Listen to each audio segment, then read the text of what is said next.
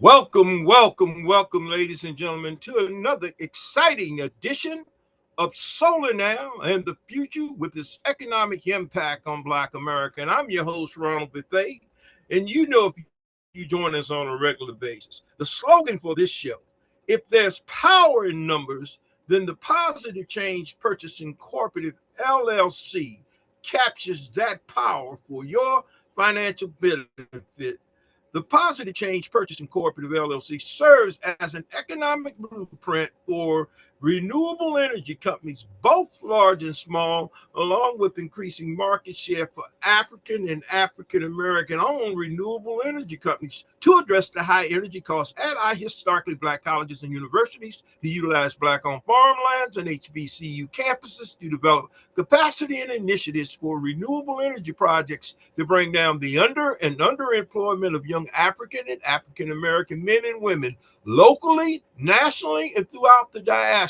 Also to educate the African and African American community about the economic impacts of climate change and the need for environmental education through Black Talk radio programs such as Solar Now and the Future with its economic impact on Black America. Ladies and gentlemen, I am blessed today to have a young man who I had the privilege of meeting at an event here sometime, maybe about a year ago.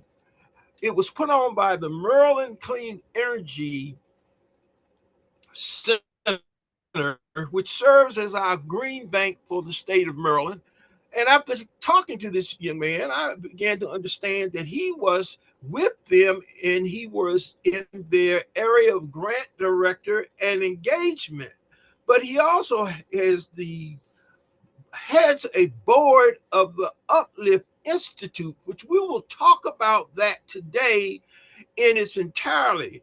But I first want to take the opportunity to bring you onto the platform of Solar Now in the Future with its economic impact on Black America. Welcome to the airways, Daion. Thank you, Ron. It's a pleasure to be here today, man. Really happy to be here.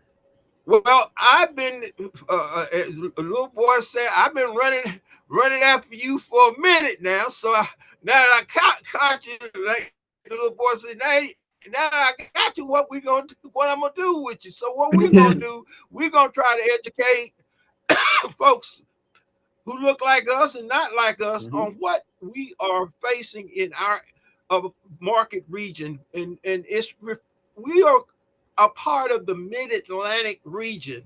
And in our region, we are regulated by an entity called the PJM. Within inside that region, there's 13 states and the District of Columbia, and some 67 million utility customers depend on those decisions that come down through this regulatory body.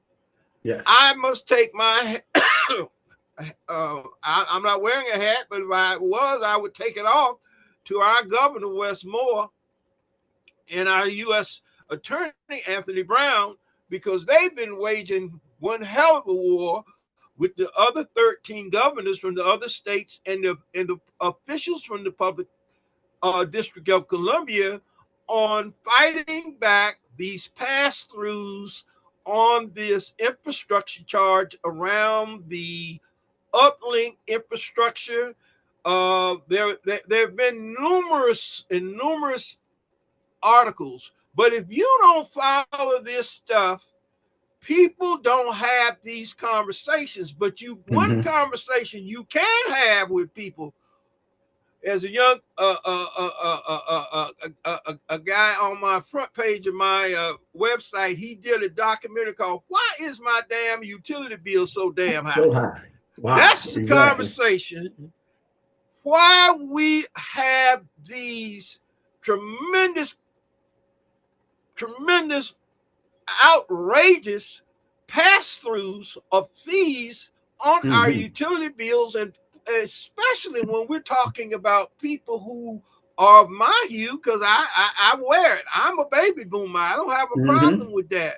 But when I know that my wife and I and my son, who works every day, he stays here when he gets ready, but it's no problem because he got a job and he works.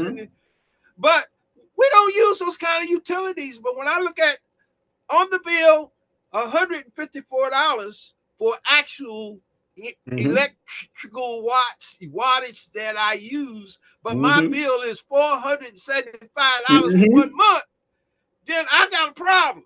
So, and we all do. So that's what I've been trying to get people to understand, that the geopolitics of energy impacts us whether we like it or not. That's right.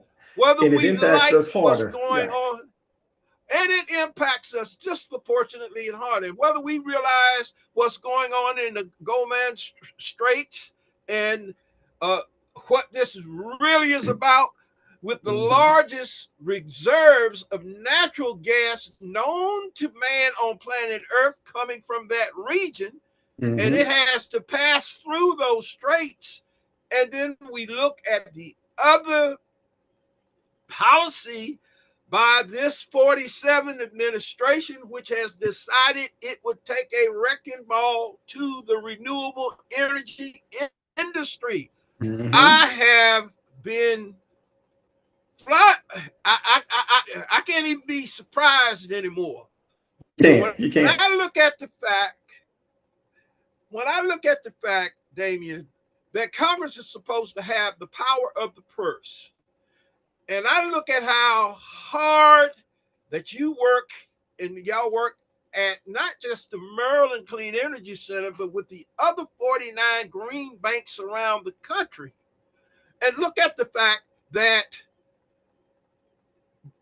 entities applied through a process were vetted by the Department of Energy, Department of EPA, applied for grants, and just from my recall, I think it was almost 133 million that was coming through several different grants that was to come to the Maryland Clean Energy Center.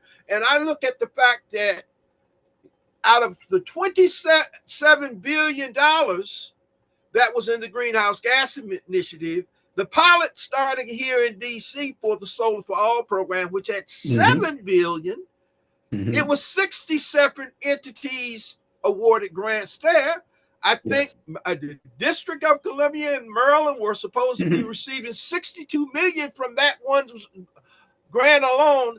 Correct. And Zealand raked back the funding, and they froze the funding, and we still don't have the resolutions yet coming from the courts, even though our governor and U.S. Attorney's office have been fighting tooth and nail over this thing.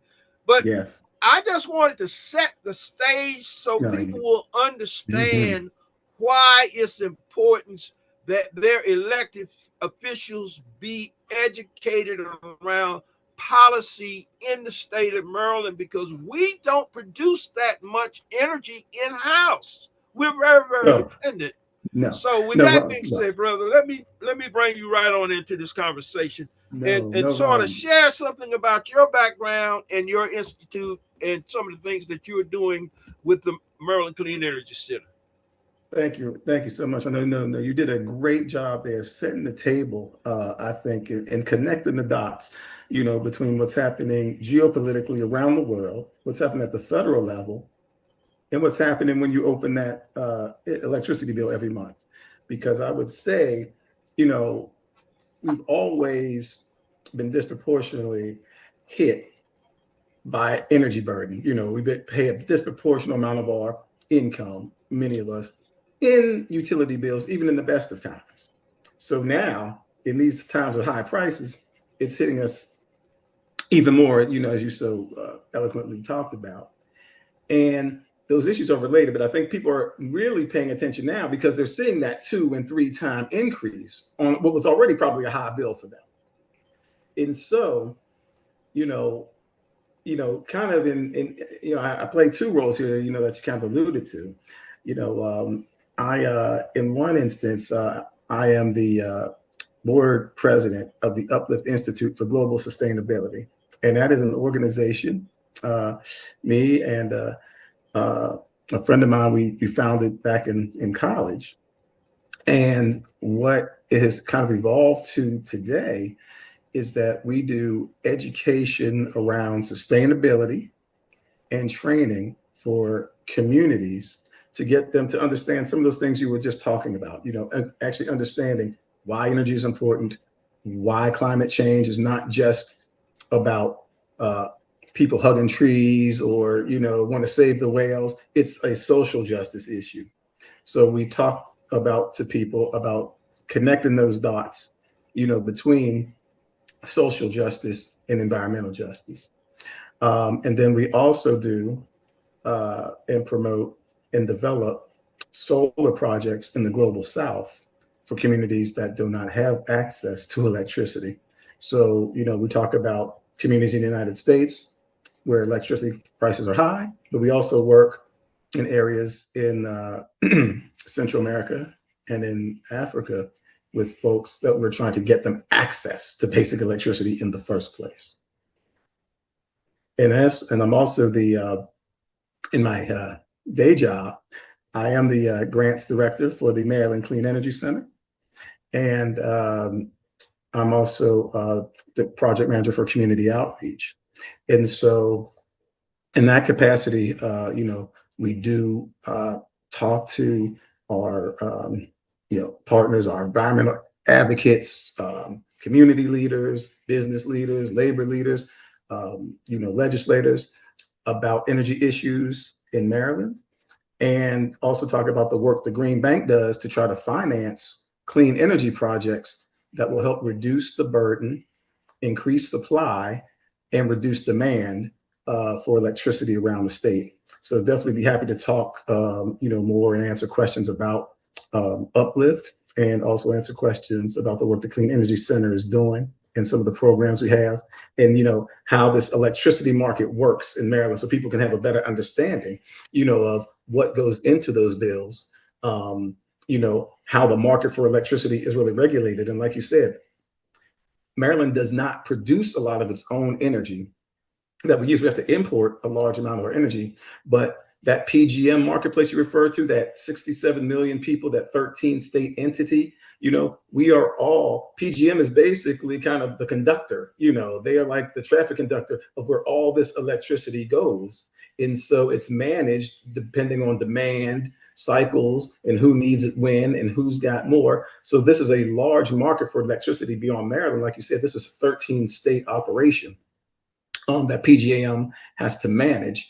And so that, so what's happening in all those other states does indirectly and directly impact prices in Maryland.